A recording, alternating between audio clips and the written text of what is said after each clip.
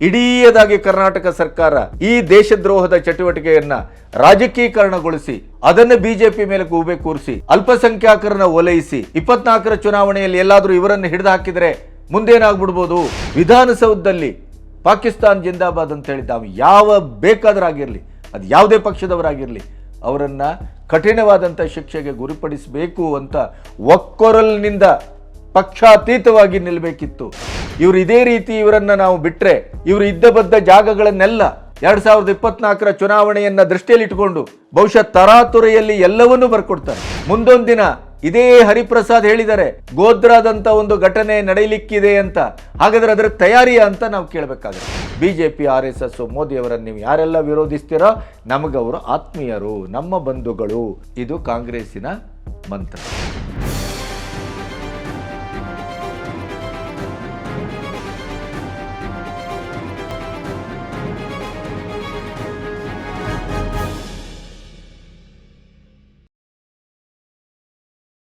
ನಮಸ್ತೆ, B Ganapati news ಚಾನಲ್ಗೆ ಸ್ವಾಗತ.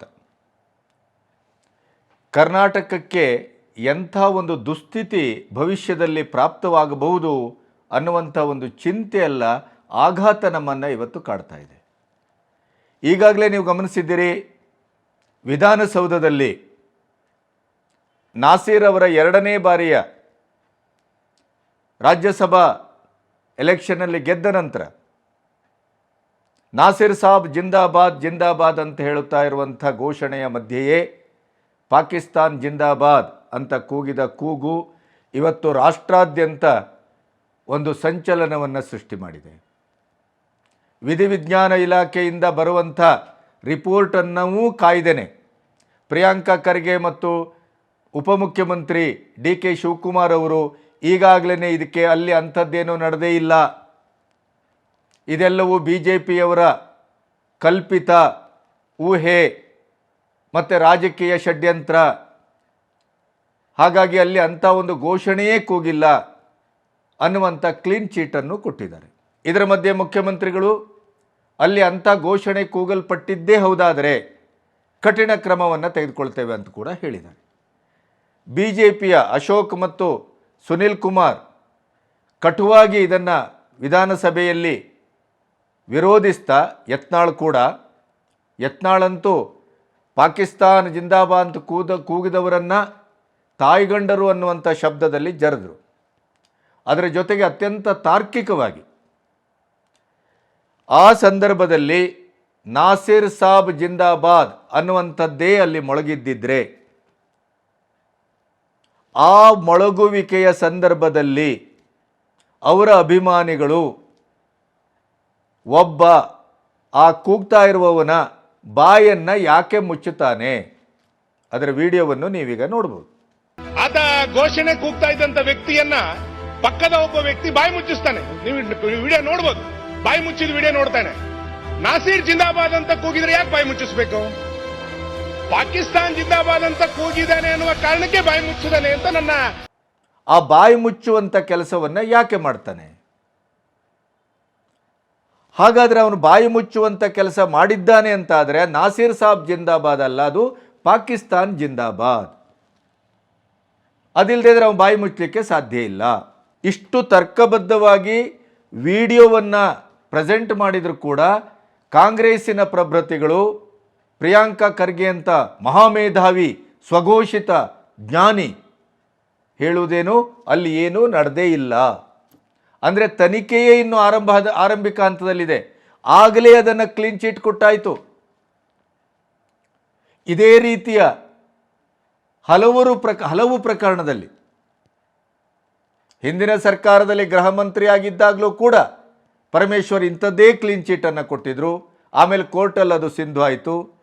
ಆಮೇಲೆ ಕುಕ್ಕರ್ ಪ್ರಕರಣದಲ್ಲಿ DKಶ ಅವರು ಇದೇ ಥರ ವರ್ತನೆ ಮಾಡಿದರು. ರಾಗಿಗುಡ್ಡದ ಪ್ರಕರಣದಲ್ಲಿ ಇದೇ ಥರ ಪರಮೇಶ್ವರ್ ಹೇಳಿಕೆ ಕೊಟ್ಟರು. ಅದೇ ರೀತಿ ಉಡುಪಿ ಶಾಲೆಯಲ್ಲಿ ಹೆಣ್ಣುಮಕ್ಕಳ ಫೋಟೋ ತೆಗೆದು ಅತ್ಯಂತ ಧೂರ್ತ ವರ್ತನೆಯನ್ನು ಮಾಡಿದಂಥ ಅಲ್ಪಸಂಖ್ಯಾತರ ಹುಡುಗರನ್ನು ಬಚಾವ್ ಮಾಡಲಿಕ್ಕೆ ಇದೇ ರೀತಿ ಉತ್ತರವನ್ನು ಕೊಟ್ಟರು. ತನಿಖೆಯ ಹಂತದಲ್ಲಿ ಒಂದು ನಾಟಕ ನಡೀತದೆ, ಅದನ್ನು ಮುಚ್ಚಿ ಹಾಕಲಿಕ್ಕೆ ಕ್ಲೀನ್ ಚೀಟನ್ನು ಮೊದಲೇ ಕೊಟ್ಬಿಡೋದು, ಮತ್ತೆ ಪೊಲೀಸರು ಏನು ತನಿಖೆ ಮಾಡ್ತಾರೆ? ಸಚಿವರೇ ಹೀಗೆ ಹೇಳಿದ ಮೇಲೆ, ಸರ್ಕಾರವೇ ಹೀಗೆ ಹೇಳಿದ ಮೇಲೆ. ಅದರ ಜೊತೆಗೆ ಎಡಿಟೆಡ್ ವಿಡಿಯೋ, ಏನು ಮಣ್ಣಂಗಟ್ಟಿ ಎಡಿಟ್ ಮಾಡೋದು ಅಂದರೆ ಏನು ಅಂತ ಗೊತ್ತಾ ನಿಮಗೆ? ಎಡಿಟಿಗೆ ಎಷ್ಟು ಸಮಯ ಬೇಕಾಗುತ್ತೆ ಅಂತ ಗೊತ್ತಾ? ಅಲ್ಲಿ ಆ ಘಟನೆ ನಡೆದದ್ದು ಯಾವಾಗ, ಟಿ ವಿಗಳಲ್ಲಿ ಅದು ಪ್ರಕಟ ಆದದ್ದು ಯಾವಾಗ, ಅದರ ಮಧ್ಯೆ ಸಮಯ ಎಷ್ಟಿದೆ? ಏನು ಟಿ ವಿಯವರಿಗಾಗಲಿ ಮಾಧ್ಯಮದವರಿಗಾಗಲಿ ವಿಧಾನಸೌಧದ ಒಳಗಡೆ ನಾಸಿರ್ ಸಾಬ್ ಜಿಂದಾಬಾದ್ ಅಂತ ಹೇಳಿದ್ದನ್ನು ಪಾಕಿಸ್ತಾನ್ ಜಿಂದಾಬಾದ್ ಅಂತ ಹೇಳಿ ಅದನ್ನು ತಿರುಗಿಚ್ಚಿ ಅದನ್ನು ನಿಮಗೆ ರಾಜಕೀಕರಣಗೊಳಿಸಿ ದೇಶದ್ರೋಹದ ಒಂದು ಗಲಾಟೆ ಎಬ್ಬಿಸಿ ಮತ್ತು ಕಾಂಗ್ರೆಸ್ಸು ಬಿ ಜೆ ಪಿಯ ಮಧ್ಯೆ ಒಂದು ಹೊಯ್ದಾಟವನ್ನು ತರಲಿಕ್ಕೆ ಮಾಧ್ಯಮದವರಿಗೇನು ಮಂಡೆ ಕೆಟ್ಟಿದೆಯಾ? ಅಥವಾ ಅವ್ರಿಗೇನು ಬೇರೆ ಕೆಲಸ ಇಲ್ವಾ? ಮಾಧ್ಯಮದ ಇಡೀ ಉದ್ದೇಶ ಅಖಂಡ ಭಾರತ ಮತ್ತು ಒಂದು ಸದೃಢ ಭಾರತದ ಕಲ್ಪನೆ. ಮಾಧ್ಯಮ ಯಾವತ್ತೂ ಭಾರತವನ್ನು ಒಡೆಯುವ ಕೆಲಸ ಮಾಡಿಲ್ಲ, ಮಾಡುವುದೂ ಇಲ್ಲ. ನಿಮ್ಮಂಥ ದುಷ್ಟರು, ನೀಚರು, ಭ್ರಷ್ಟರು, ದೇಶದ್ರೋಹಿಗಳು ಅಂತ ಕೆಲಸ ಮಾಡಿದಾಗ ಅದಕ್ಕೆ ಫೋಕಸ್ ಮಾಡುವ ಕೆಲಸವನ್ನು ಮಾಡಿದ್ದೇವೆ ಮತ್ತು ಜನಜಾಗೃತಿಯನ್ನು ಮಾಡುವ ಕೆಲಸ ಮಾಡಿದ್ದೇವೆ. ದೇಶದ್ರೋಹಿಗಳನ್ನು ಹೆಡೆಮುರಿ ಕಟ್ಟುವುದಕ್ಕೆ ಮಾಧ್ಯಮ ಪೂರಕವಾಗಿ ಕೆಲಸ ಮಾಡ್ತಾ ಇದೆ. ಏನಂತ ಭಾವಿಸಿದಿರಿ? ಅದರ ಮಧ್ಯೆ ಎಂಥ ಒಂದು ಟೊಳ್ಳು ಪೊಳ್ಳು ಮತ್ತು ದೇಶದ್ರೋಹಿಗಳ ಒಂದು ದಂಡೇ ಕಾಂಗ್ರೆಸ್ನಲ್ಲಿ ಸೇರಿಕೊಂಡಿದೆ ಅಧಿಕಾರಕ್ಕಾಗಿ ಅಂತಂದರೆ ನೋಡಿ. AICC ಕರ್ನಾಟಕದ ಕಾಂಗ್ರೆಸ್ಸಿನ ಉಸ್ತುವಾರಿ ಯಾರು ವಹಿಸ್ಕೊಂಡಿದ್ದಾರೆ? ರಣದೀಪ್ ಸರ್ಜೇವಾಲಾ ಅವರು ಒಂದು ಟ್ವೀಟ್ ಮಾಡ್ತಾರೆ. ಆ ಟ್ವೀಟಲ್ಲಿ ಏನು ಹೇಳ್ತಾರೆ? ಅಲ್ಲಿ ಅಂಥ ಘಟನೆಯೇ ನಡೆದಿಲ್ಲ, ಸೋತ BJP ಮತ್ತು JDS ಕೊಯ್ಲೇಷನ್ ಅವರು ಹತಾಶೆಯಾಗಿ ಈ ಪ್ರಯತ್ನವನ್ನು ಮಾಡಿದ್ದಾರೆ. ಅಲ್ಲಿ ನಾಸಿರ್ ಸಾಬ್ ಜಿಂದಾಬಾದ್ ಅಂತ ಹೇಳಿದ್ದೇ ಹೊರತು ಪಾಕಿಸ್ತಾನ್ ಜಿಂದಾಬಾದ್ ಅಂತ ಹೇಳಲೇ ಇಲ್ಲ. ರಾ ಫುಟೇಜನ್ನು ನಾನು ಇಲ್ಲಿ ಅಟ್ಯಾಚ್ ಮಾಡ್ತಾ ಇದ್ದೇನೆ. ಟ್ವೀಟಲ್ಲಿ ರಾ ಫುಟೇಜನ್ನು ಹಾಕಿದ್ದಾರೆ. ಆ ರಾ ಫುಟೇಜ್ ಹೇಗಿದೆ ಅನ್ನೋದನ್ನು ದಯವಿಟ್ಟೊಮ್ಮೆ ನೋಡಿ. People have rejected their alliance also. Thank you, sir.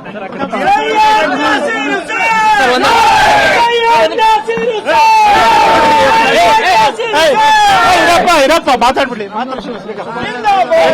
Nasir Hussain ಅವರಿಗೆ ಬನ್ನಿ ಮಾತಾಡ್ಸೋಣ. ಗೆಲುವಾಗಿದೆ.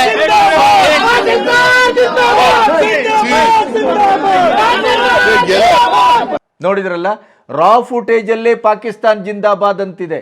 ಎಂಥ ಮತಿಗೆಟ್ಟವರು ಈ ಕಾಂಗ್ರೆಸ್ನವರು. ಹಾಗಾದರೆ ಎಷ್ಟು ಜನರನ್ನು ನೀವು ಮೋಸ ಮಾಡಲಿಕ್ಕೆ ಹೊರಟಿದ್ದೀರಿ, ಎಷ್ಟು ಜನರನ್ನು ದಾರಿ ತಪ್ಪಿಸ್ಲಿಕ್ಕೆ ಹೊರಟಿದ್ದೀರಿ, ಎಷ್ಟು ಸತ್ಯದ ಕಣ್ಣಿಗೆ ಬಟ್ಟೆ ಕಟ್ಟುವ ಕೆಲಸವನ್ನು ಮಾಡ್ತೀರಿ, ಸತ್ಯವನ್ನು ಹೇಗೆ ಮುಚ್ಚಾಕ್ತೀರಿ.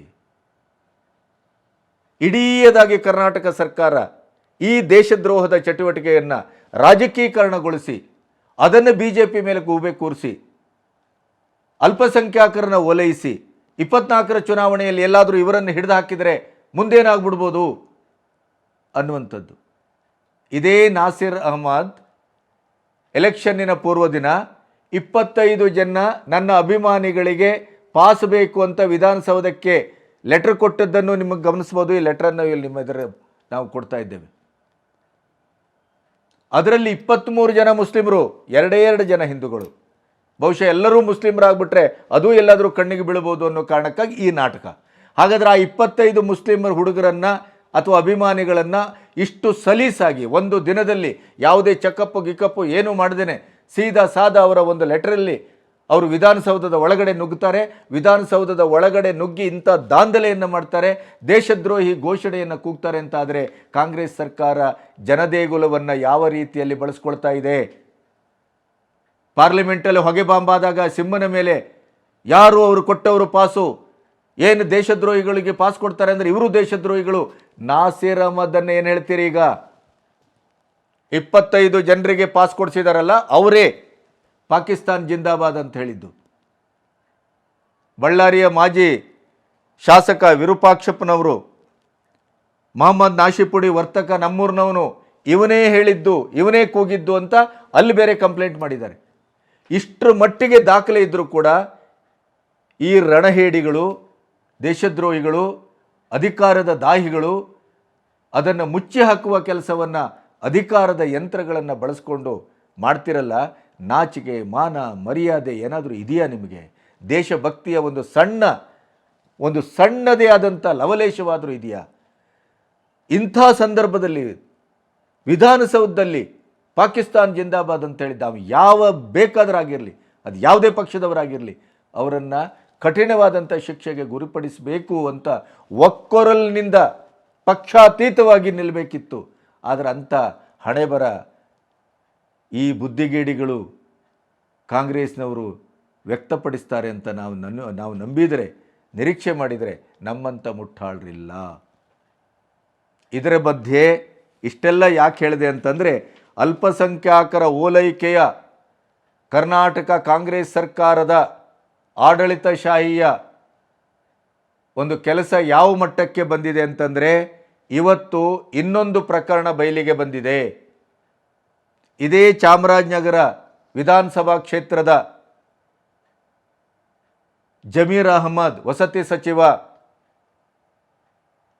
ಏನು ಮಾಡಿದ್ದಾರೆ ಅಂತಂದರೆ, ನಿಮಗೆ ಅದನ್ನು ಹೇಳಿದರೆ ನೀವು ನಡುಗಿ ಹೋಗ್ತೀರಿ. ಈಗಾಗಲೇ ಚಾಮರಾಜಪೇಟೆಯ ಹೃದಯ ಭಾಗದಲ್ಲಿರುವ ಮೈದಾನ, ಅದು BBMPಯ ಮೈದಾನ ಅನ್ನೋದು ಕಾನೂನು ಪ್ರಕಾರವೇ ಇದೆ. ಅದನ್ನೇ ತಿರುಚಿ ಅದನ್ನು ವಕ್ಫ್ ಮಂಡಳಿಗೆ ಕೊಡುವಂಥ ಪ್ರಯತ್ನವನ್ನು ಕಾಂಗ್ರೆಸ್ ಸರ್ಕಾರ ಮಾಡಿತ್ತು. ಆ ಮೈದಾನವನ್ನು ಭಾಗಶಃ ನಾವು ಕಳ್ಕೊಂಡಿದ್ದೇವೆ. ಅಲ್ಪಸಂಖ್ಯಾತರ ಓಲೈಕೆಗೆ ಕಾಂಗ್ರೆಸ್ ಸರ್ಕಾರ ಕೊಟ್ಟಂಥ ಕೊಡುಗೆ ಇದು. ಈಗ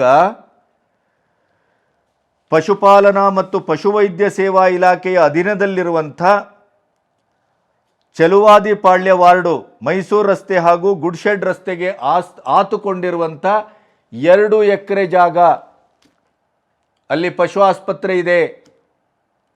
ಆ ಜಾಗ ಕೋಟಿ ಕೋಟಿ ಬಾಳುವಂಥ ಜಾಗ. ಆ ಜಾಗವನ್ನು ಅಲ್ಪಸಂಖ್ಯಾತರ ಕಲ್ಯಾಣ ಇಲಾಖೆಗೆ ಒಪ್ಪಿಸಬೇಕು. ನಾವಲ್ಲಿ ಮೌಲಾನಾ ಆಜಾದ್ ಮಾದರಿಯ ಒಂದು ಸ್ಕೂಲನ್ನು ತೆಗಿತೇವೆ ಅಂತ ಹೇಳಿ ಇದೇ ಜಮೀರ್ ಅಹಮದ್ ಸರ್ಕಾರಕ್ಕೆ ಕೊಟ್ಟ ಮನವಿಗೆ ಸರ್ಕಾರ ಅಸ್ತು ಅಂದಿದೆ. ಕಾರಣ ಏನು ಅಂತಂದರೆ, ಜಾನುವಾರುಗಳ ಸಂಖ್ಯೆ ಕಡಿಮೆ ಆಗಿದೆ, ಜಾನುವಾರುಗಳನ್ನು ಸಾಕೋರ ಸಂಖ್ಯೆ ಕಡಿಮೆ ಆಗಿದೆ. ಆದ್ದರಿಂದ ಈ ಪಶುಪಾಲನಾ ಆಸ್ಪತ್ರೆಯನ್ನು ಒಂದೋ ಮುಚ್ಚೋಣ, ಇಲ್ಲದಿದ್ದರೆ ಶಿಫ್ಟ್ ಮಾಡೋಣ, ಆ ಜಾಗವನ್ನು ಅಲ್ಪಸಂಖ್ಯಾತರ ಕಲ್ಯಾಣ ಇಲಾಖೆಗೆ ಮೌಲಾನಾ ಆಜಾದ್ ಮಾದರಿ ಶಾಲೆಯನ್ನು ತೆರೆಯಲಿಕ್ಕೆ ಅನುಮತಿ ಕೊಡಿ ಅಂತ ಕೊಟ್ಟಿದ್ದಾರೆ. ಅನುಮತಿಯನ್ನು ಕೊಟ್ಟಿದೆ ಸರ್ಕಾರ. ಎಂಥ ದುರಂತರಿ ಇದು. ಸಿಂಹ ಹೇಳ್ತಾರೆ, ಪ್ರತಾಪ್ ಸಿಂಹ, ಮುಂದೊಂದು ದಿನ ವಿಧಾನಸೌಧದಲ್ಲಿ ಆಜಾನ್ ಮೊಳಗಬಹುದು. ಈ ರೀತಿಯನ್ನು ನೋಡಿದ್ರೆ ಆಟದ ಮೈದಾನವನ್ನು ಕೊಡೋದು, ಹೃದಯ ಭಾಗದ ಬೆಂಗಳೂರಿನ ಹೃದಯ ಭಾಗದಲ್ಲಿರುವ 2 ಎಕರೆ ಜಾಗವನ್ನೂ ಕೊಡುವುದು, ಇನ್ನು ಎಲ್ಲವನ್ನೂ ಕೊಡ್ತಾ ಹೋದರೆ ವಿಧಾನಸೌಧವೂ ಕೊನೆಗೆ ಉಳಿತದೋ ಇಲ್ಲವೋ? ಕೆಂಗಲ್ ಹನುಮಂತಯ್ಯನವ್ರದ್ದು ಅದನ್ನು ಒಂದು ಪಾರ್ಟ್ ಆ್ಯಂಡ್ ಪಾರ್ಷಲ್ ಮಾಡಿ ಅದಕ್ಕೆ ವಕ್ಫ್ ಮಂಡಳಿಗೆ ಕೊಟ್ಟುಬಿಡ್ಬೋದಾ? ಹೇಗೆ ಈ ಸರ್ಕಾರ ತಲೆ ಕೆಟ್ಟಿದೆಯಾ? ಏನಾಗಿದೆ? ಮುಸ್ಲಿಮರ ಓಲೈಕೆಗೆ ಇಂಥ ಒಂದು ನಿರ್ಣಯವ, ಇಂಥ ಒಂದು ತುರ್ಯಾವಸ್ಥೆಯ, ವೋಟ್ ಬ್ಯಾಂಕ್ ರಾಜಕೀಯದ ಒಂದು ಓಲೈಕೆ ರಾಜಕಾರಣದ ಆತ್ಯಂತಿಕ ನೆಲೆ ಇಷ್ಟು ಕೆಟ್ಟದಾಗಿರುತ್ತಾ? ಆ ಜಾಗವನ್ನು 2 ಎಕರೆ ಜಾಗ, ಅದು ಹೃದಯ ಭಾಗದಲ್ಲಿದೆ, ಜಾನುವಾರುಗಳ ಆಸ್ಪತ್ರೆ ಇರುವಂಥದ್ದು, ಜಾನುವಾರುಗಳಿಗೆ ಮೀಸಲಾಗಿಟ್ಟಂಥದ್ದು. ಎಲ್ಲಿ ಜಾನುವಾರು ಕಡಿಮೆ ಆಗಿದೆ? ಬೀಡಾಡಿಗಳ ಜಾನುವಾರುಗಳೆಲ್ಲ ಇದೆಯಲ್ಲ, ಅದನ್ನೆಲ್ಲ ಸುರಕ್ಷಿತವಾಗಿ ಇಡುವಂಥ ಒಂದು ಅಲ್ಲಿ ಗೋದಾಮು ಮಾಡಿ ಅದು ಅದಕ್ಕೆ ಮೀಸಲಿಟ್ಟಂಥ ಜಾಗ. ಜಾನುವಾರುಗಳ ಸಂಖ್ಯೆ ಕಡಿಮೆ ಆಗಿದೆ, ಮುಸ್ಲಿಮರ ಸಂಖ್ಯೆ ಜಾಸ್ತಿ ಆಗಿದೆಯಾ? ಅದರಿಂದ ಕೊಡ್ತೀರಾ? ಏನೇನು ಮಾಡಲಿಕ್ಕೆ ಹೊರಟಿದ್ದೀರಿ? ಜನ ಜಾಗೃತರಾಗಬೇಕು. BJPಯವರು, ಜನತಾದಳದವರು ಕೂಡಿ ಒಂದು ಜನ ಜಾಗೃತಿ ಸಭೆಯನ್ನು ಮಾಡಬೇಕು, ಜನ ದಂಗೆ ಹೇಳಬೇಕು ಇದ್ರ ವಿರುದ್ಧ. ಇವರು ಇದೇ ರೀತಿ ಇವರನ್ನು ನಾವು ಬಿಟ್ಟರೆ, ಇವರು ಇದ್ದ ಬದ್ದ ಜಾಗಗಳನ್ನೆಲ್ಲ 2024ರ ಚುನಾವಣೆಯನ್ನು ದೃಷ್ಟಿಯಲ್ಲಿಟ್ಟುಕೊಂಡು ಬಹುಶಃ ತರಾತುರೆಯಲ್ಲಿ ಎಲ್ಲವನ್ನೂ ಬರ್ಕೊಡ್ತಾರೆ. ಅವರು ಮನವಿ ಕೊಡ್ತಾರೆ. ಇವರು ಅತ್ಯಂತ ಶೀಘ್ರವಾಗಿ ಹಿಂದೆ ಮುಂದೆ ಯಾವುದೇ ಆಲೋಚನೆಯನ್ನೇ ಮಾಡ್ದೇನೆ ಅದಕ್ಕೆ ಅನುಮತಿಯನ್ನು ಕೊಡ್ತದೆ ಸರ್ಕಾರ. ಏನು ಮಾಡಲಿಕ್ಕೆ ಕೊಟ್ಟಿದ್ದೀರಿ? ಅಲ್ಪಸಂಖ್ಯಾತರ ಓಲೈಕೆ ಅಂದರೆ ಈ ಮಟ್ಟದಲ್ಲ.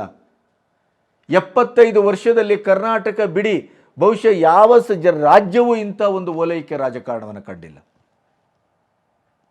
ಭಯೋತ್ಪಾದಕರನ್ನು, ಬಾಂಬ್ ಹಾಕುವವರನ್ನು, ಬೆಂಕಿ ಹಾಕುವವರನ್ನು ಅಮಾಯಕರು ಅಂತ ಬಿಡಿಸ್ಕೊಂಡು ಬರ್ತೀರಿ. ರಾಗಿಗುಡ್ಡದಂಥ ಆ ಏರಿಯಾದಲ್ಲಿ ಅಂಥ ಒಂದು ದುರ್ಘಟನೆಗೆ ಹಾಡೇ ಹಗಲು ಪ್ರಚೋದನಕಾರಿಯಾಗಿ ಅಲ್ಲಿ ವರ್ತನೆಯನ್ನು ಮಾಡಿದಂಥ ಪುಂಡು ಪೋಖರಿಗಳನ್ನು ಅಲ್ಪಸಂಖ್ಯಾತರು ಅನ್ನೋ ಕಾರಣಕ್ಕಾಗಿ ಅವರನ್ನು ಬದಿಗಿಟ್ಟು BJPಯವರೇ ಮಾರು ವೇಷದಲ್ಲಿ ಹೋಗಿ ವೇಷ ಬದಲಾಯಿಸ್ಕೊಂಡು ಹೋಗಿ ಅಲ್ಲಿ ಕಾಂಗ್ರೆಸ್ಸಿಗೆ ಅಥವಾ ಅಲ್ಪಸಂಖ್ಯಾತರಿಗೆ ಆಪಾದನೆ ತರುವಂಥ ಕೆಲಸವನ್ನು ಮಾಡಿದ್ದಾರೆ ಅಂತ ಹೇಳುವ ಒಂದು ದುಷ್ಟತನಕ್ಕೆ, ನೀಚತನಕ್ಕೆ, ಅತಾರ್ಕಿಕವಾದಂಥ ವಾದ ಮಂಡನೆಗೆ ಇಳಿತಿರಲ್ಲ. ಏನಾಗಿದೆ ರೀ ನಿಮಗೆ? ಏನಾಗಿದೆ? ಒಂದು ಕನಿಷ್ಠ ಮಟ್ಟದ ಸ್ವಾಭಿಮಾನ, ಕನಿಷ್ಠ ಮಟ್ಟದ ಒಂದು ಬಹುಸಂಖ್ಯಾತರ ಮೇಲಿನ ಪ್ರೀತಿ, ಕನಿಷ್ಠ ಮಟ್ಟದ ಈ ರಾಜ್ಯದ ಅಭಿವೃದ್ಧಿಯ ಒಂದು ಕನಸು ಅದು ಕೂಡ ಇಲ್ವಾ ನಿಮಗೆ? ಪ್ರತಿ ಒಂದನ್ನು ಓಲೈಕೆ ರಾಜಕಾರಣಕ್ಕಾಗಿ ಮಾಡ್ತಿದ್ದೀರಿ. ಖಜಾನೆಯನ್ನು ಸಂಪೂರ್ಣವಾಗಿ ಮುಸ್ಲಿಂ ಕಲ್ಯಾಣಕ್ಕೆ ಅಂತ ಮೀಸಲಿಟ್ಟಿದ್ದೀರಿ. ಬರಕ್ಕೆ ದುಡ್ಡು ಕೊಡ್ತಾ ಇಲ್ಲ, ರೈತರಿಗೆ ದುಡ್ಡು ಕೊಡ್ತಾ ಇಲ್ಲ, ಶಾಲಾ ಮಕ್ಕಳಿಗೆ ಸೌಲಭ್ಯಗಳನ್ನು ಕಲ್ಪಿಸ್ತಾ ಇಲ್ಲ. ಶಿಕ್ಷಣ ಸಚಿವ ಮಧು ಬಂಗಾರಪ್ಪನವರಂತೂ ನಿನ್ನೆ ವಿಧಾನಸೌಧದಲ್ಲಿ ಒಂದು ವರದಿ ವಾಚನ ಮಾಡಿದರೂ ದೇವರೇ ಕಾಪಾಡಬೇಕು ಅವರನ್ನು. ಹೆಸರಿಗೆ ಶಿಕ್ಷಣ ಸಚಿವರು ಕನಿಷ್ಠ ಮಟ್ಟದ ಒಂದು ಕನ್ನಡವನ್ನು ಶುದ್ಧವಾಗಿ ಓದಲಿಕ್ಕೆ ಬರೋದಿಲ್ಲ. ಪ್ರಿಯಾಂಕಾ ಖರ್ಗೆ ಅಂತೂ ನಾನು ಇಡೀ ಭಾರತ ದೇಶದಲ್ಲಿ ನನ್ನಂಥ ಜ್ಞಾನಿಗಳೇ ಇಲ್ಲ ಅಂತ, BJPಯವರಿಗೆ ಕಾನೂನಿನ ಜ್ಞಾನವೇ ಇಲ್ಲ ಅಂತಾರೆ, ಸಂವಿಧಾನದವೇ ಜ್ಞಾನ ಇಲ್ಲ ಅಂತಾರೆ, ಅಂಬೇಡ್ಕರ್ ಏನು ಅಂತಲೇ ಗೊತ್ತಿಲ್ಲ ಅಂತಾರೆ. ಯಾಕಂದರೆ ಇವ್ರಿಗೆ ಮಾತ್ರ ಗೊತ್ತಿರೋದು. ತನಿಖೆಯ ಆರಂಭಿಕ ಹಂತದಲ್ಲೇ ಕ್ಲೀನ್ ಚೀಟನ್ನು ಕೊಡುವಂಥ ದುಷ್ಟತನಕ್ಕೆ ಇಳಿತಾರೆ ಇದೇ ಖರ್ಗೆ. ವಕ್ಫ್ ಮಂಡಳಿಗಂತೂ ಇದ್ದ ಬದ್ದ ಜಾಗವನ್ನೆಲ್ಲ ಕೊಡ್ತಾ ಇದ್ದೀರಿ. ಈಗ ಅಲ್ಪಸಂಖ್ಯಾತರ ಕಲ್ಯಾಣ ಇಲಾಖೆಯ ಹೆಸರಿನಲ್ಲಿ ಜಮೀರ್ ಅಹ್ಮದನ ರಾಜಕೀಯ ಹೂಟ ಮತ್ತು ಅವರ ಓಲೈಕೆ ರಾಜಕಾರಣಕ್ಕಾಗಿ ಇಂಥ ಅಮೂಲ್ಯವಾದಂಥ ಬೆಲೆ ಬಾಳುವ ಜಾಗವನ್ನು, ಅದು ಪಶುಗಳಿಗೆ ಮೀಸಲಿಟ್ಟಂಥ ಜಾಗವನ್ನು, ಆಸ್ಪತ್ರೆಯನ್ನು ಬರ್ಖಾಸ್ತುಗೊಳಿಸಿ ಅಥವಾ ಸ್ಥಳಾಂತರ ಮಾಡಿ ನೀವು ಅಲ್ಲಿಯೂ ಕೂಡ ಮೌಲಾನಾ ಆಜಾದ್ ಮಾದರಿ ಸ್ಕೂಲನ್ನು ಓಪನ್ ಮಾಡ್ತೇವೆ ಅಂತ ಅಲ್ಪಸಂಖ್ಯಾತರಿಗೆ ಅದನ್ನು ಹರಿವಾಣದಲ್ಲಿಟ್ಟು ಕೊಡ್ತೀರಿ ಅಂತ ಆದರೆ ನೀವು ರಾಷ್ಟ್ರದ್ರೋಹಿಗಳಷ್ಟೇ ಅಲ್ಲ, ರಾಜ್ಯದ್ರೋಹಿಗಳು, ಜನದ್ರೋಹಿಗಳು, ವಿಶ್ವಾಸದ್ರೋಹಿಗಳು. ನಿಮ್ಮ ಮೇಲೆ ನಂಬಿಕೆ ಇಟ್ಟು ಮತ ಹಾಕಿದಾರಲ್ಲ ಅವರಿವತ್ತು ಅದೇ ಜಾಗದಲ್ಲಿ ಬಂದು ಆತ್ಮಹತ್ಯೆ ಮಾಡ್ಕೋಬೇಕು ನಿಮಗೆ ಓಟ್ ಕೊಟ್ಟ ತಪ್ಪಿಗೆ. ಈ ಸರ್ಕಾರ ನಿಜಕ್ಕೂ ಹೇಳ್ತೇನೆ ಸುಖಕ್ಕೆ ಬಂದ ಶಿವರಾತ್ರಿ ಅಲ್ಲವೇ ಅಲ್ಲ. ಇದು ಬಹುಸಂಖ್ಯಾತರ ಇಡೀದಾದಂಥ ನೆನೆಯನ್ನು ಸಂಪೂರ್ಣವಾಗಿ ನಾಶ ಮಾಡುತ್ತೆ. ಇದು ವೋಟ್ ಬ್ಯಾಂಕಿನ ರಾಜಕಾರಣಕ್ಕಾಗಿ ಏನು ಬೇಕಾದರೂ ಮಾಡುತ್ತೆ. ಇದು ಇಲ್ಲದೇ ಇದ್ದರೆ ಇಂಥ ಒಂದು ಘಟನೆಯನ್ನು ನಾವು ನಿರೀಕ್ಷೆ ಮಾಡಲಿಕ್ಕೆ ಸಾಧ್ಯವೇ ಇಲ್ಲ. ಪಶುಸಂಗೋಪನಾ ಇಲಾಖೆಯ ಅಂಡರಲ್ಲಿರುವಂಥ ಪಶು ಆಸ್ಪತ್ರೆಗೆ ಮೀಸಲಾಗಿದ್ದಂಥ ಈ ಬೆಂಗಳೂರಿನ ಹೃದಯ ಭಾಗದ ಕೋಟಿ ಬಾಳುವಂಥ ಈ 2 ಎಕರೆ ಜಾಗವನ್ನು ಜಮೀರ್ ಅಹ್ಮದ್ ಒಂದು ಮನವಿ ಕೊಟ್ಟರು ಅನ್ನುವ ಕಾರಣಕ್ಕಾಗಿ ಹಿಂದೆ ಮುಂದೆ ನೋಡ್ದೇನೆ, ಯೋಚನೆ ಮಾಡ್ದೇನೆ, ಚರ್ಚಿಸಿದೇನೆ ಅದನ್ನು ತಕ್ಷಣ ಅನುಮತಿ ಕೊಡ್ತೀರಿ ಅಂತ ಆದರೆ ಅಲ್ಪಸಂಖ್ಯಾತರಿಗಾಗಿ ಇಡೀ ಸರ್ಕಾರ ಏಕಮುಖವಾಗಿ ನಿಂತಿದೆ ಅನ್ನೋದರ ಬಗ್ಗೆ ಯಾವ ಸಂದೇಹವೂ ಬೇಡ. ಈಗಲೂ ಮಗ್ಗಲಿಗೆ ನೀರು ಹರಿತಾ ಇದೆ. ಈಗಲೂ ಬಹುಸಂಖ್ಯಾತರು, ರಾಷ್ಟ್ರ ಪ್ರೇಮಿಗಳು, ರಾಜ್ಯ ಪ್ರೇಮಿಗಳು, ಕರ್ನಾಟಕವನ್ನು ಪ್ರೀತಿಸುವವರು ಈಗಲೂ ಎಚ್ಚರಗೊಳ್ಳದೇ ಇದ್ದರೆ ಪ್ರಾಯಶಃ ಇಲ್ಲಿಯ ದೊಡ್ಡ ದೊಡ್ಡ ವನಗಳನ್ನು ಕೂಡ ತುಂಡು ಮಾಡಿ ಅಲ್ಪಸಂಖ್ಯಾತರಿಗೆ ಕೊಡ್ತಾರೆ ಇವರು. ಎಲ್ಲೆಲ್ಲಿ ಗೌರ್ಮೆಂಟಿನ ಆಯಕಟ್ಟಿನ ಜಾಗ ಇದೆಯೋ ಅದೆಲ್ಲವನ್ನೂ ಧಾರೆ ಎರೆತಾ ಹೋಗ್ತಾರೆ. ಅತ್ಯಂತ ಸಂಕ್ರಮಣದ ಕಾಲ ಇದು. ಈಗಲೂ ನಾವು ಎಚ್ಚರಗೊಳ್ಳದೇ ಇದ್ದರೆ ಸಂಪೂರ್ಣವಾಗಿ ನಾವು ಬೆಲೆ ಬಾಳುವ ಅಮೂಲ್ಯವಾದಂಥ ಜಾಗಗಳನ್ನು ನಾವು ನಿಜವಾಗಿಯೂ ಕಳ್ಕೊಳ್ತೀವಿ. ಈ 2 ಎಕರೆಯನ್ನು ಕಬಳಿಸಲಿಕ್ಕೆ ಹೊರಟಂಥ ಸರ್ಕಾರದ ಇಡೀ ಚಿತ್ರಣವನ್ನು ನಿಮ್ಮ ಕಣ್ಣೆದುರಿಟ್ಟಿದ್ದೇನೆ. ಅದರ ಮಧ್ಯೆ ಇಲ್ಲೊಂದು ವಿಡಿಯೋವನ್ನು ಕೋಟ ಶ್ರೀನಿವಾಸ ಪೂಜಾರಿ ಅವರು ವಿಧಾನಸಭೆಯಲ್ಲಿ ಅತ್ಯಂತ ಕಳಕಳಿಯಿಂದ ಭಯಭೀತರಾಗಿ ಅವರು ಅಯೋಧ್ಯೆಗೆ, ಕರ್ನಾಟಕ ಮತ್ತು ಅಯೋಧ್ಯೆಯ ಮಧ್ಯೆ ಸಂಪರ್ಕ ಸೇತುವಾಗಿ ಪ್ರಯಾಣಿಸ್ತಾ ಇರುವಂಥ ರೈಲಿನಲ್ಲಿ ರಾಮಭಕ್ತರನ್ನು ಏಕಾಏಕಿಯಲ್ಲಿ ಬೋಗಿಗೆ ಪ್ರವೇಶ ಮಾಡಿ ಅವರನ್ನು ಬೆಂಕಿ ಹಾಕ್ತೇವೆ ಸುಡ್ತೇವೆ ಅಂತ ಆವಾಜ್ ಹಾಕಿದಂಥ ಘಟನೆಯನ್ನು ಅವರು ವಿವರಿಸಿದರು. ಅದರ ಆ ವಿಡಿಯೋವನ್ನು ನೀವು ಒಂದು ಚೂರು ನೋಡಿ. ಅಯೋಧ್ಯೆ ಮೈಸೂರು ರೈಲು ನಿನ್ನೆ ಬಂದು ಹೊಸಪೇಟೆ ಕಡೆ ಬರ್ತಾ ಇದ್ರೆ ದುಷ್ಕರ್ಮಿಗಳು ರೈಲಿಗೆ ನುಗ್ಗಿ ಅಲ್ಲಿ ರೈಲಿಗೆ ಬೆಂಕಿ ಹಾಕ್ತೇವೆ ಅಂತೇಳಿ ಗಲಾಟೆ ಮಾಡ್ತಾರೆ. ರಾಮಭಕ್ತರೆಲ್ಲ ಕೆಳಗಿಳಿಯುವ ಪರಿಸ್ಥಿತಿ ನಿರ್ಮಾಣ ಆಗುತ್ತೆ. ಇಂಥ ಒಂದು ದಾರುಣವಾದಂತ ಪರಿಸ್ಥಿತಿ ರಾಜ್ಯದಲ್ಲಿ ಬಂದಾಗಲೂ ಕೂಡ ಸರ್ಕಾರದಿಂದ ಯಾವುದೇ ಹೇಳಿಕೆ ಬರ್ತಾ ಇಲ್ಲ. ನಾನು ತಮ್ಮ ಮೂಲಕ ಸರ್ಕಾರಕ್ಕೆ ಆಗ್ರಹಿಸುವುದು, ಅಯೋಧ್ಯೆ ಮೈಸೂರು ರೈಲಿಗೆ ಹೋಗುವಂತ ಸಂದರ್ಭದಲ್ಲಿ ದುಷ್ಕರ್ಮಿಗಳ ಅಡ್ಡ ಹಾಕಿ ಅಲ್ಲಿರುವಂತಹ ರಾಮಭಕ್ತಿಗೆ ಬೆದರಿಕೆ ಹಾಕುವಂತ ಘೋರಕೃತ್ಯ ನಡೆದಾಗಲೂ ಕೂಡ ಸರ್ಕಾರ ಯಾವುದೇ ಪ್ರತಿಕ್ರಿಯೆ ಕೊಡ್ತಾ ಇಲ್ಲ. ನನಗೆ ಹರಿಪ್ರಸಾದ್ರ ಮಾತು ನೆನಪಾಗುತ್ತೆ. ಮತ್ತೊಂದು ಗೋದರ ನಡೆಯುತ್ತೆ ಅಂತ ಹೇಳಿ ಹೇಳಿದಂತ ನೆನಪು ಅವ್ರು ಹೇಳಿದ್ ನಿಜವಾಗ್ತೇನೆ ಅನ್ನುವಂತ ಭಾವನೆಗಳು ಇವತ್ತು ರಾಜ್ಯದಲ್ಲಿ ಬಿತ್ತಿರುವಂತ ವಾತಾವರಣ ಇದೆ. ನಾನು ಆಗ್ರಹ ಪಡಿಸ್ತೇನೆ ಸರ್ಕಾರಕ್ಕೆ, ಗೃಹ ಮಂತ್ರಿಗಳಿದ್ದೀರಿ, ಅಯೋಧ್ಯೆ ಮತ್ತು ಮೈಸೂರಿನ ವಿಶೇಷ ರೈಲಿಗೆ ನುಗ್ಗಿ ಅಲ್ಲಿ ಬೆಂಕಿ ಹಚ್ಚೇನೆ ಅಂತ ಹೇಳುವವರೆಗೂ ಕೂಡ ಆರೋಪಿಗಳನ್ನ ಸರ್ಕಾರ ಹಿಡಿದು ಮತ್ತೆ ಬಿಟ್ಟುಬಿಟ್ಟಿದ್ದಾರೆ. ಇದೆಂತ ದಾರುಣ ಪರಿಸ್ಥಿತಿ ಇದು. ಹಾಗಿದ್ರೆ ಕಾನೂನು ಸುವ್ಯವಸ್ಥೆ ಯಾವ ಮಟ್ಟಕ್ಕೆ ಹೋಯ್ತು ಸರ್ಕಾರದಲ್ಲಿ? ನೋಡಿದ್ರಲ್ಲ, ಅಂದರೆ ಅವರನ್ನು ಬಂಧಿಸಿದ್ದಾರೆ, ಆದರೆ ಬಂಧಿಸಿ ಏಕಾಏಕಿ ಬಿಟ್ಟಿದ್ದಾರೆ. ಎಷ್ಟರ ಮಟ್ಟಿಗೆ ವ್ಯವಸ್ಥಿತವಾಗಿ ಅಲ್ಪಸಂಖ್ಯಾತರನ್ನು ವೋಟ್ ಬ್ಯಾಂಕ್ ರಾಜಕೀಯಕ್ಕಾಗಿ ಕರ್ನಾಟಕ ಸರ್ಕಾರ ರಕ್ಷಿಸ್ತಾ ಇದೆ ಅನ್ನೋದಕ್ಕೆ ಇದಕ್ಕಿಂತ ಒಳ್ಳೆಯ ಉದಾಹರಣೆ ನಿಮಗೆ ಬೇಕಾಗಿಲ್ಲ. ಅವರನ್ನು ಹಿಡಿತಾರೆ, ತಕ್ಷಣ ಬಿಡ್ತಾರೆ, ಅವ್ರ ಮೇಲೆ FIR ಮಾಡೋದಿಲ್ಲ, ಕೇಸ್ ಮಾಡೋದಿಲ್ಲ. ಮುಂದೊಂದು ದಿನ ಇದೇ ಹರಿಪ್ರಸಾದ್ ಹೇಳಿದ್ದಾರೆ ಗೋಧ್ರಾದಂಥ ಒಂದು ಘಟನೆ ನಡೆಯಲಿಕ್ಕಿದೆ ಅಂತ. ಹಾಗಾದರೆ ಅದರ ತಯಾರಿಯ ಅಂತ ನಾವು ಕೇಳಬೇಕಾಗತ್ತೆ. ಇಂಥ ದುಷ್ಕರ್ಮಿಗಳು ನಿಮಗೆ ರೆಡ್ ಹ್ಯಾಂಡ್ ಆಗಿ ಸಿಕ್ಕಿದಾಗ ಕೂಡ ಅವರನ್ನು ಹಿಡಿದು ಮತ್ತೆ ಅವರನ್ನು ಬಿಡ್ತೀರಿ ಅಂತಾದರೆ, ಶ್ರೀನಿವಾಸ್ ಪೂಜಾರಿ ಅವರು ಎತ್ತಿದ ಈ ಪ್ರಶ್ನೆಗೆ ಸರಿಯಾದಂಥ ಒಂದು ಉತ್ತರವನ್ನು ಕರ್ನಾಟಕ ಸರ್ಕಾರ ಕೊಡೋದಿಲ್ಲ ಅಂತಾದರೆ, ಹಾಗಾದರೆ ನೀವು ಪೊಲೀಸ್ ವ್ಯವಸ್ಥೆಯನ್ನು ಎಷ್ಟರ ಮಟ್ಟಿಗೆ ದುರುಪಯೋಗ ಪಡಿಸ್ಕೊಳ್ತೀರಿ? ಪಾಕಿಸ್ತಾನ್ ಜಿಂದಾಬಾದ್ ಅಂತ ಹೇಳಿದ ಘಟನೆಯಲ್ಲೂ ಪೊಲೀಸರ ಮೇಲೆ ಒತ್ತಡ ತರ್ತೀರಿ, ಅವರು ತನಿಖೆಯ ಆರಂಭಿಕ ಹಂತದಲ್ಲೇ ಕ್ಲೀನ್ ಚೀಟ್ ಕೊಡ್ತೀರಿ. DJ ಹಳ್ಳಿಯ ಘಟನೆಯಿಂದ ಹಿಡಿದು ಪ್ರತಿಯೊಂದು ಘಟನೆಯಲ್ಲಿ ಭಾಗವಹಿಸಿದಂಥ ಎಲ್ಲ ಕಿಡಿಗೇಡಿಗಳನ್ನು, ರಾಷ್ಟ್ರದ್ರೋಹಿಗಳನ್ನು, ಭಯೋತ್ಪಾದಕರನ್ನು, ಅಮಾಯಕರು ಅಂತ ಅವರನ್ನು ಬಿಡ್ತೀರಿ. ಅದೇ ಹಿಂದೂ ಕಾರ್ಯಕರ್ತರನ್ನು ಎಳೆದು ಒಳಗೆ ಹಾಕ್ತೀರಿ ಜೈಲಿಗೆ. ಅವ್ರ ಮೇಲೆ ಇಲ್ಲ ಸಲ್ಲದ ಕೇಸನ್ನು ಫಿಟ್ ಮಾಡ್ತೀರಿ. ಪ್ರತಿಯೊಂದು ಘಟನೆ ನಡೆದಾಗ ಅದು BJPಯ ಇದು ಷಡ್ಯಂತ್ರ, RSSನ ಷಡ್ಯಂತ್ರ. ಮುಸ್ಲಿಂ ಹುಡುಗರು ಸ್ವತಃ ಪಾಲ್ಗೊಂಡದ್ದು ನಿಮಗೆ ಗೊತ್ತಿದ್ರೂ ಕೂಡ ಹೆಸರು ಬದಲಾಯಿಸಿಕೊಂಡು ಹೋಗಿ ಅಲ್ಲಿ ಘಟನೆ ಮಾಡಿದ್ದಾರೆ. ಈ ಥರ ಕ್ಷುಲ್ಲಕವಾದಂಥ ಅತಾರ್ಕಿಕವಾದಂಥ ಹೇಳಿಕೆಯನ್ನು ಕೊಡ್ತಾ ಎಷ್ಟು ಕಾಲ ಮುಂದೆ ಹೋಗ್ತೀರಿ? ಇದರ ಮಧ್ಯೆ ನಾವು ಜನರು ಎಚ್ಚರಗೊಳ್ಳದೇ ಇದ್ದರೆ, ನಾವು ಜಾಗೃತರಾಗದೇ ಇದ್ದರೆ ಕರ್ನಾಟಕಕ್ಕೊಂದು ಕೆಡುಗಾಲ ಬಂದಿದೆಯೇನೋ ಅಂತ ನನಗನ್ನಿಸ್ತಾ ಇದೆ. ಇದರ ಮಧ್ಯೆ ಒಂದು ಆಶ್ಚರ್ಯಕರವಾದಂಥ ಒಂದು ಸುದ್ದಿಯನ್ನು ನಿಮ್ಮ ಎದುರು ಇಟ್ಟು ನನ್ನ ಮಾತನ್ನು ಮುಗಿಸಬೇಕು. ನೋಡಿ, ಪಾಕಿಸ್ತಾನ ಬರ್ಬಾದಾಗಿದೆ, ಪಾಕಿಸ್ತಾನ ದಿವಾಳಿಯಾಗಿದೆ, ಪಾಕಿಸ್ತಾನ ಭಿಕ್ಷಾಪಾತ್ರೆಯನ್ನು ಹಿಡಿದು ಹೋಗ್ತಾ ಇದೆ, ಪಾಕಿಸ್ತಾನದಲ್ಲಿ ರಾಜಕೀಯ ಅಸ್ಥಿರತೆ ತಾಂಡವಾಡ್ತಾ ಇದೆ. ಇದೇ POKಯ ಗಡಿಯಲ್ಲಿ ಕಾರ್ಗಿಲ್ಗೆ ಇದನ್ನು ಓಪನ್ ಮಾಡಿಕೊಡಿ, ನಾವು ಭಾರತಕ್ಕೆ ಬರ್ತೇವೆ, ನಮ್ಮನ್ನು ಭಾರತಕ್ಕೆ ಸೇರಿಸಿಕೊಳ್ಳಿ ಅಂತ ಅಲ್ಲಿ ಆಕ್ಟಿವಿಸ್ಟ್ಗಳು ಬಹಳ ದೊಡ್ಡ ಹೋರಾಟವನ್ನು ಮಾಡಿದರು. ನೀವು ಗಮನಿಸಿದ್ದೀರಿ. ಹಲಾಲನ್ನು ಬ್ಯಾನ್ ಮಾಡಿದರೂ ಕೂಡ ಯೋಗಿ ಆದಿತ್ಯನಾಥರ ಆಡಳಿತದ ಮಾದರಿ ಪಾಕಿಸ್ತಾನಕ್ಕೆ ಬರಬೇಕು ಅಂತ ಪಾಕಿಸ್ತಾನದಲ್ಲಿನ ಯುವಕರು ಬಹಳ ದೊಡ್ಡ ಹೋರಾಟ ಮಾಡಿದ್ದನ್ನು ನೀವು ಮಾಧ್ಯಮದಲ್ಲಿ ಗಮನಿಸಿದ್ದೀರಿ. ಈಗ ನಮ್ಮಲ್ಲಿಯ ಖತರ್ನಾಕ್ ರಾಷ್ಟ್ರದ್ರೋಹಿಗಳು, ದೇಶದ್ರೋಹಿಗಳು ಭಾರತ್ ಮಾತಾ ಕಿ ಜಿಂದಾಬಾದ್ ಅಂತ ಹೇಳೋದಿಲ್ಲ, ಅಥವಾ ಭಾರತದ ಹೆಸರಿನಲ್ಲಿ ಜಿಂದಾಬಾದ್ ಅಂತ ಹೇಳೋದಿಲ್ಲ, ಪಾಕಿಸ್ತಾನಕ್ಕೆ ಜಿಂದಾಬಾದ್ ಅಂತ ಹೇಳ್ತಾರೆ. ಈ ಕಳ್ಳರು ಪಾಕಿಸ್ತಾನಕ್ಕೆ ಹೋದರೆ ಇವರನ್ನು ಮೂಸಿ ನೋಡಲಿಕ್ಕೂ ಸಾಧ್ಯ ಇಲ್ಲ, ಇವರನ್ನು ಗುಂಡಿಟ್ಟು ಕೊಂದು ಮುಗಿಸ್ತಾರೆ ಅವರು. ಆದರೆ ಇವರಿಗೆ ಇಲ್ಲಿ ಕೂತ್ಕೊಂಡು ಪಾಕಿಸ್ತಾನದ ಚಿಂತೆ. ಆದರೆ ಪಾಕಿಸ್ತಾನದವ್ರಿಗೇನಾಗಿದೆ ಅದರ ಈ ಡಿಟೇಲ್ ರಿಪೋರ್ಟ್ ಇಲ್ಲಿದೆ ನೋಡಿ. ಪಾಕಿಸ್ತಾನದ ಪಂಜಾಬ್ ಪ್ರಾಂತ್ಯದಲ್ಲಿ ನವಾಜ್ ಶರೀಫ್ ಅವರ ಮಗಳು ಮರಿಯಮ್ಮ ನವಾಜ್ ಅವರು ಮುಖ್ಯಮಂತ್ರಿ ಆಗಿದ್ದಾರೆ.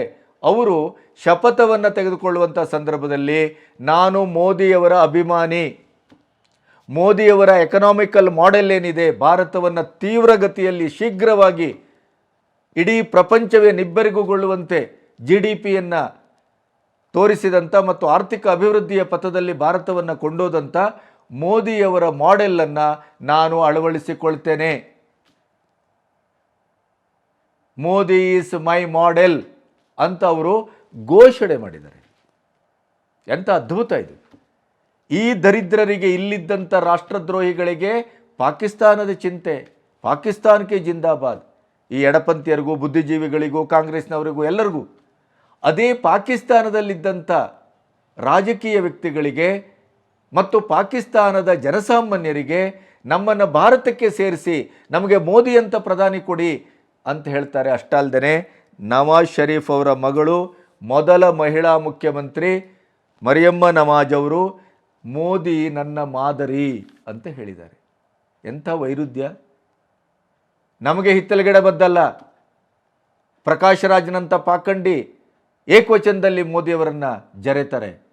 ಇದೇ ನಮ್ಮ ಕಾಂಗ್ರೆಸ್ನವರು ಕಣ್ಣು, ಮೂಗು, ಮುಖ, ಪಂಚೇಂದ್ರಿಯಗಳನ್ನು ಮುಚ್ಚಿಕೊಂಡು ಯಾವುದೇ ಅಧ್ಯಯನ ಇಲ್ಲದೇನೆ ಭಾರತದ ಅಭಿವೃದ್ಧಿಯನ್ನು ಕಣ್ಣಿದ್ದೂ ನೋಡಿಯೂ ನೋಡದ ಹಾಗೆ ಭಾರತ ವಿರೋಧಿಗಳೊಟ್ಟಿಗೆ, ರಾಷ್ಟ್ರದ್ರೋಹಿಗಳೊಟ್ಟಿಗೆ, ಭಯೋತ್ಪಾದಕರೊಟ್ಟಿಗೆ ಕೈ ಜೋಡಿಸ್ತಾ ಮೋದಿಯವರನ್ನು ಕೆಳಗಿಳಿಸಲಿಕ್ಕೆ ಹೂಟವನ್ನು ಕಟ್ತಾ ಇದ್ದಾರೆ. ಅದರ ಮಧ್ಯೆ ಮೋದಿ ಮಾಡೆಲ್ ಅಳವಡಿಸಿಕೊಳ್ಳುವುದಾಗಿ ಶಪಥ ಮಾಡಿ ಟೆಕ್ನಾಲಜಿ, ಡಿಜಿಟಲೈಸೇಷನ್, ಸಬ್ಕಾ ಸಾಥ್ ಸಬ್ಕಾ ವಿಕಾಸ್ ಇದು ನನ್ನ ಮಂತ್ರ ಅಂತ ಇವರು ಘೋಷಿಸಿದ್ದಾರೆ ಪಬ್ಲಿಕ್ಕಲ್ಲಿ. ತಮಿಳುನಾಡಲ್ಲಿ ಚೈನಾದ ಬಾವುಟವನ್ನು ಹಾಕಿ ಇಸ್ರೋಗೆ ಅವಮಾನ ಮಾಡುವಂಥ ಕೆಲಸವನ್ನು ಇವರ ಇಂಡಿ ಕೂಟದ TMC ಇದು ತಮಿಳುನಾಡಿನಲ್ಲಿ ಸ್ಟಾಲಿನ್ ಗುಂಪು ಮಾಡುತ್ತೆ. ಇಲ್ಲಿ ಕಾಂಗ್ರೆಸ್ ಸರ್ಕಾರದ ಬೆಂಬಲದಲ್ಲಿ ವಿಧಾನಸೌಧದಲ್ಲೇ ಪಾಕಿಸ್ತಾನಕ್ಕೆ ಜಿಂದಾಬಾದ್ ಅಂತ ಕೂಗಲ್ಪಡ್ತದೆ. ಅದನ್ನು ಮುಚ್ಚಿ ಹಾಕುವ ಕೆಲಸವನ್ನು ಅತ್ಯಂತ ವ್ಯವಸ್ಥಿತವಾಗಿ ಜನರ ಕಣ್ಣೆದುರೇ ಮಾಡ್ತಾರೆ. ಅದೇ ಪಾಕಿಸ್ತಾನದಲ್ಲಿ ನಾನು ಮೋದಿಯವರ ಅಭಿಮಾನಿ ಅಂತ ಘೋಷಿಸಿಕೊಳ್ತಾರೆ. ಮೋದಿಯವರನ್ನು ಯಾವ ರೀತಿಯಲ್ಲೆಲ್ಲ ನಾನು ಅನುಸರಿಸ್ತೇನೆ ಅಂತ ಅವ್ರು ಹೇಳ್ತಾರೆ ಅಂತಂದರೆ, ಆರ್ಥಿಕ ವೇಗ, ಇನ್ವೆಸ್ಟ್ಮೆಂಟ್, ಸ್ಥಳೀಯ ಇನ್ವೆಸ್ಟ್ಮೆಂಟು ಮತ್ತು ಫಾರಿನ್ ಇನ್ವೆಸ್ಟ್ಮೆಂಟ್, ಆಮೇಲೆ ಬಿಸ್ನೆಸ್ಸಿಗೆ ಪೂರಕವಾದಂಥ ವಾತಾವರಣವನ್ನು ಮೋದಿಯವರು ಹೇಗೆ ನಿರ್ಮಾಣ ಮಾಡಿದರು, ಆಮೇಲೆ ಸಬ್ಕಾ ಸಾಥ್ ಸಬ್ಕಾ ವಿಕಾಸ್, ಸಾಮಾಜಿಕವಾದಂಥ ಕಲ್ಯಾಣದ ಮಾದರಿ ಯೋಜನೆಗಳನ್ನು ನಾನು ಇಲ್ಲಿ ಅಳವಡಿಸ್ಕೊಳ್ತೇನೆ. ಇನ್ಫ್ರಾಸ್ಟ್ರಕ್ಚರ್ ಭಾಳ ಮುಖ್ಯವಾದಂಥದ್ದು. ಭಾರತ ಈ ಅಭಿವೃದ್ಧಿಯನ್ನು ಹೊಂದಬೇಕಾದ್ರೆ ರಸ್ತೆ ಮತ್ತು ರೈಲು, ಫ್ಲೈಟು ಅಥವಾ ಈ ಇನ್ಫ್ರಾಸ್ಟ್ರಕ್ಚರ್ ಏನು ಬೇಕು ಅದೆಲ್ಲವನ್ನು ಅದ್ಭುತವಾಗಿ ಮಾಡಿದಾರಲ್ಲ, ಅದನ್ನು ನಾನು ಮಾಡ್ತೇನೆ. ಡಿಜಿಟಲೈಸೇಷನ್ ಮತ್ತು ಟೆಕ್ನಾಲಜಿ ನನ್ನ ಮುಖ್ಯ ಮಂತ್ರವಾಗುತ್ತೆ. ಅದೇ ಮೋದಿಯವರು ಅಳವಡಿಸಿದ ಮಂತ್ರ. ಇಂಥ ಒಂದು ಅದ್ಭುತವನ್ನು ಪರಕೀಯರಿಗೆ ಅರ್ಥ ಆಗತ್ತೆ. ಅದರಲ್ಲೂ ಮುಸ್ಲಿಂ ರಾಷ್ಟ್ರವಾದಂಥ ನಮ್ಮ ವೈರಿ ರಾಷ್ಟ್ರ ನಮಗೆ 75 ವರ್ಷದಲ್ಲಿ ನಮ್ಮನ್ನು ಸಂಪೂರ್ಣವಾಗಿ ಮುಗಿಸಲಿಕ್ಕೆ ಅವರ ಇಡೀದಾದಂಥ ಆರ್ಥಿಕತೆಯನ್ನು, ಬಜೆಟನ್ನು ಮೀಸಲಾಗಿಟ್ಟಂಥ ಪಾಕಿಸ್ತಾನದಿಂದ ಮೋದಿಯವರ ಮಾಡೆಲನ್ನು ಅಳವಡಿಸ್ಕೊಂಡು ನಾವಿಲ್ಲಿ ಅಭಿವೃದ್ಧಿಯನ್ನು ಮಾಡ್ತೇವೆ ಅನ್ನುವಂಥ ಶಪಥ, ಪ್ರತಿಜ್ಞೆ, ಘೋಷಣೆ ಕೇಳಿಬರ್ತದೆ. ಇಲ್ಲಿಯ ದರಿದ್ರ ಕಾಂಗ್ರೆಸ್ಸಿಗೆ ಪಾಕಿಸ್ತಾನದ ಜಪ ಮೂಲ ಮಂತ್ರ ಆಗತ್ತೆ.